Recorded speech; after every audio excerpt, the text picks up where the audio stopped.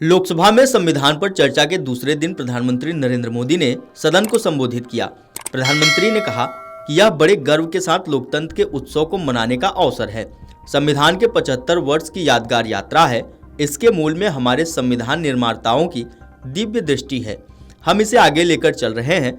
इस दौरान प्रधानमंत्री ने 11 संकल्प भी सदन में रखे। इन संकल्पों में नागरिक कर्तव्यों से लेकर परिवारवाद से मुक्ति और महिलाओं के नेतृत्व में विकास पर फोकस किया गया। पीएम मोदी ने लोकसभा में जो 11 संकल्प रखे हैं वो हैं: पहला, चाहे नागरिक हो या सरकार हो, सभी अपने कर्तव्यों का पालन करें। दूसरा, हर क्षेत्र हर समाज को विकास का लाभ मिले, सबका साथ सबका विकास हो। तीसरा, भ्रष्टाचार के प्रति जीरो टॉलरेंस हो, भ्रष्टाचारी की सामाजिक स्वीकार्यता न हो। चौथा, देश के कानून, नियम, परंपराओं के पालन में देश के नागरिकों में गर्व का भाव हो। पांचवा, गुलामी की मानसिकता से मुक्ति हो, देश की विरासत पर गर्व हो। छठवां, देश की राजनीति को परिवारवाद से मुक्ति मिले।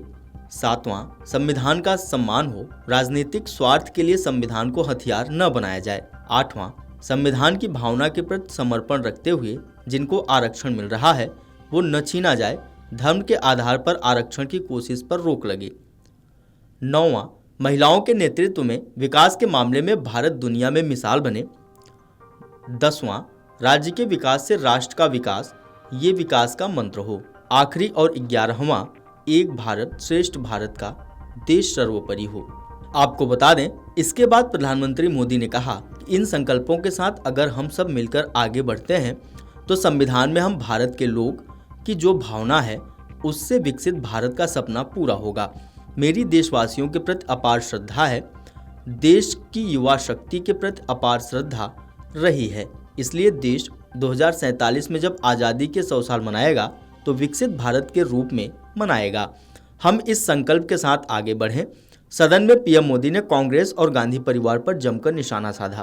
पीएम मोदी ने अपने संबोधन में कहा कि कांग्रेस के एक परिवार ने संविधान को चोट पहुंचाने में कोई कसर नहीं छोड़ी। इतिहास में एक ही परिवार ने राज किया है। इस परिवार के कुविचार, कुरीति, कुनीति, इसकी परंपरा निरंतर चल रही है। हर स्तर पर इस परिवार ने संविधान को चुनौती दी है। पीएम मोदी ने आगे कहा कि 1947 से 1952 तक इस देश में चुनी हुई सरकार नहीं थी। एक अस्थायी व्यवस्था, एक सिलेक्टेड सरकार थी। चुनाव नहीं हुए थे। एक अंतरिम व्यवस्था के तौर पर खाका खड़ा हुआ था। 1952 के पहले राज्यसभा का गठन नहीं हुआ था। जनता का कोई आदेश नहीं हुआ था। अभी अभी तो संविधान निर्माताओं ने संविधान बनाया था। तब उन्होंने ऑर्डिनेंस कर के संविधान को बदला और किया क्या? अभिव्यक्ति की आज़ादी पर हमला कर दिया गया। ये संविधान निर्माताओं का भी अपमान था, लेकिन वहाँ उनकी नहीं चली। बाद में जैसे ही मौका मिला उन्होंने अभिव्यक्ति की आज़ादी का हथौड़ा मार दिया। वो जो संविधान सभा में नहीं करवा पाए वो उन्होंने पीछे के दरवाजे से किया। जो चुनी हुई सरकार के नेता नहीं थे उन्होंने ये किया।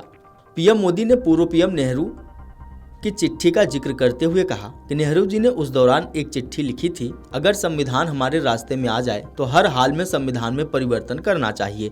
जब देश में संविधान नहीं था तब राजेंद्र प्रसाद जी ने चिताया था कि यह गलत कर रहे हो। तब हमारे स्पीकर ने भी इसे गलत बताया था।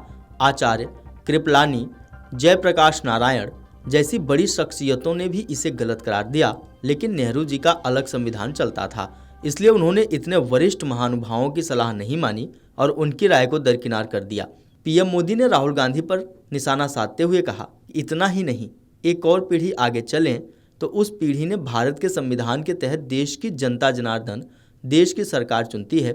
उस सरकार का मुखिया कैबिनेट बनता है। इस कैबिनेट ने जो निर्णय किया, संविधान का अपमान करने वाले अहंकार से भरे लोगों ने पत्रकारों और कैमरों के सामने कैबिनेट के उस फैसले को फाड़ दिया।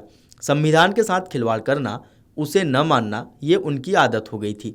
और दुर्भाग्य देखिए, एक अहंकारी व्यक्ति कैबिनेट के फैसले को फाड़ दे और कैबिनेट अपना फैसला बदल दे, ये कौन सी व्यवस्था है? Video desk amarujala.com। अगर आप ये वीडियो YouTube पर देख रहे हैं तो हमारे चैनल को सब्सक्राइब कर बेल आइकन दबाएं और Facebook पर देख रहे हैं तो हमारे पेज को लाइक करें। 8 मिलियन प्लस सब्सक्राइबर, आपके इस भरोसे के लिए बहुत धन्यवाद।